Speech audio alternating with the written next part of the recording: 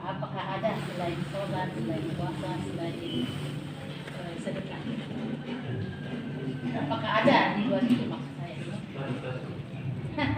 Ya. Selain sholat, selain itu, Ya. apakah ada cara maksudnya kita lebih mendekatkan diri selain sholat? Ya, saya kira banyak cara ya. Di luar sholat, di luar sedekah, kita menyayangi suami juga itu bagian dari mengingat Allah. Bisa kita bayangkan ketika Allah Subhanahu wa Ta'ala menciptakan kita dan diberikan perasaan untuk mencintai lawan jenis kita, maka Rasulullah Muhammad SAW memberi jalan untuk bagaimana terjadi pernikahan dan seterusnya.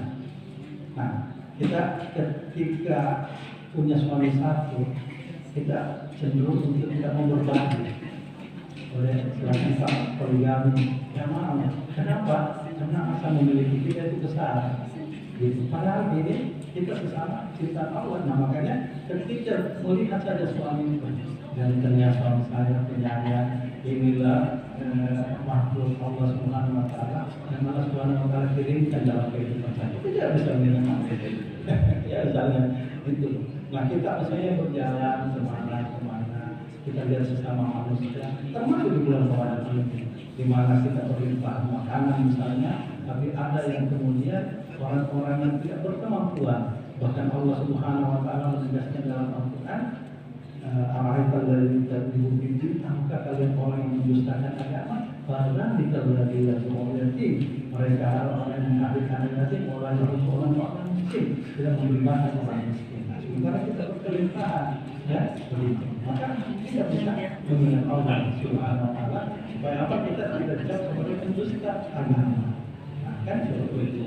Begitu juga yang lain, ya, begitu yang lain.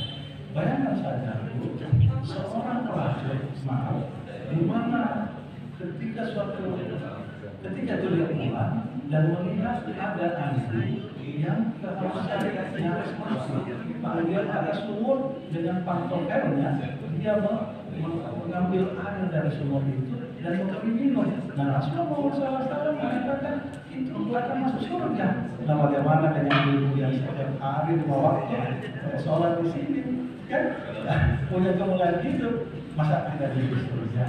Ya, jadi bagaimana proses kita senantiasa mengingat Allah Subhanahu wa Ta'ala selain sholat, ya, selain sedekah, itu menjadi simultan di dalam kehidupan kita yang membentuk pribadi kita sebagai hamba Allah Subhanahu wa Ta'ala yang mustaqim.